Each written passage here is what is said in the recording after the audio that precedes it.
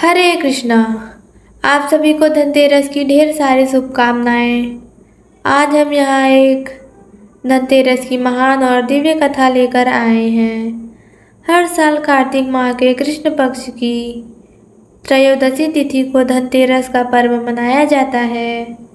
इसके साथ ही 5 दिवसीय दिवाली का पर्व आरंभ हो जाता है। इस दिन भगवान धन्वंतरी कुबेर जी के साथ माता लक्ष्मी की पूजा करने का विधान है। इसके साथ ही इस दिन सोना चांदी के साथ कुछ अन्य चीज़ों को खरीदारी करने में माता लक्ष्मी अति प्रसन्न होती हैं। धनतेरस के दिन विधिवत पूजा करने के साथ कथा पढ़ना या फिर सुनना शुभ माना जाता है। धार्मिक मान्यताओं में धनतेरस को लेकर कई कथाएं प्रचलित है। आइए धनतेरस की कथा का श्रवण प्रारंभ करते हैं। विष्णु पुराण और भागवत पुराण के अनुसार एक बार देवताओं और असुरों के बीच अमृत प्राप्ति की होड़ मची।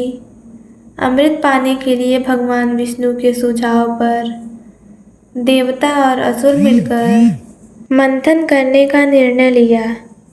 इस मंथन में मंदराचल पर्वत को, मथानी और वासुकी नाग को रस्सी के रूप में उपयोग किया गया।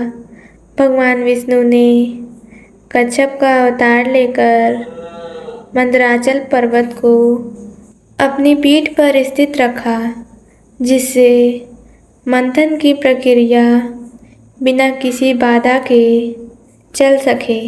जैसे जैसे समुद्र मंथन होता गया, क्षीर सागर से कई दिव्य रत्न और वस्तुएं प्रकट होने लगी, जिसमें कामधेनु गाय, उज्जय सर्वा घोड़ा, ऐरावत हाथी, पारिजात वृक्ष और देवी लक्ष्मी शामिल थी। लेकिन मंथन के अंतिम चरण में एक अद्भुत घटना हुई। समुद्र में एक दिव्य पुरुष प्रकट हुए, जिनके हाथों में अमृत से भरा स्वर्ण कलश था। ये थे धन्वंतरी, जिन्हें भगवान विष्णु का अवतार माना जाता है। धन्वंतरी के साथ ही आयुर्वेद का ज्ञान भी प्रकट हुआ, जो मानव जीवन के लिए स्वास्थ्य और दीर्घायु का वरदान साबित हुआ। धन्वंतरी को आयुर्वेद का जनक कहा जाता है, क्योंकि उन्होंने मानव जाति को चिकित्सा ज्ञान का अद्भुत ज्ञान दिया। उन्होंने रोगों के निदान और उपचार की विधियां बताई, जो आज भी आयुर्वेद में प्रचलित है। उन्हें ग्रंथों में औषधि, जड़ी बूटियों और प्राकृतिक उपचारों का विस्तृत विवरण मिलता है।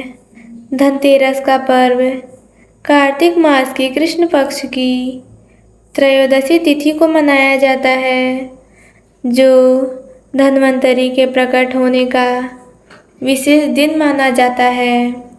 इस दिन लोग धन्वंतरी की पूजा करते हैं और उन्हें आशीर्वाद से स्वास्थ्य, धन और समृद्धि की कामना करते हैं। मान्यता है कि धनतेरस के दिन खरीदारी करने से घर में समृद्धि आती है और धन्वंतरी की कृपा बनी रहती है। तो ये थी धनतेरस की संपूर्ण कथा।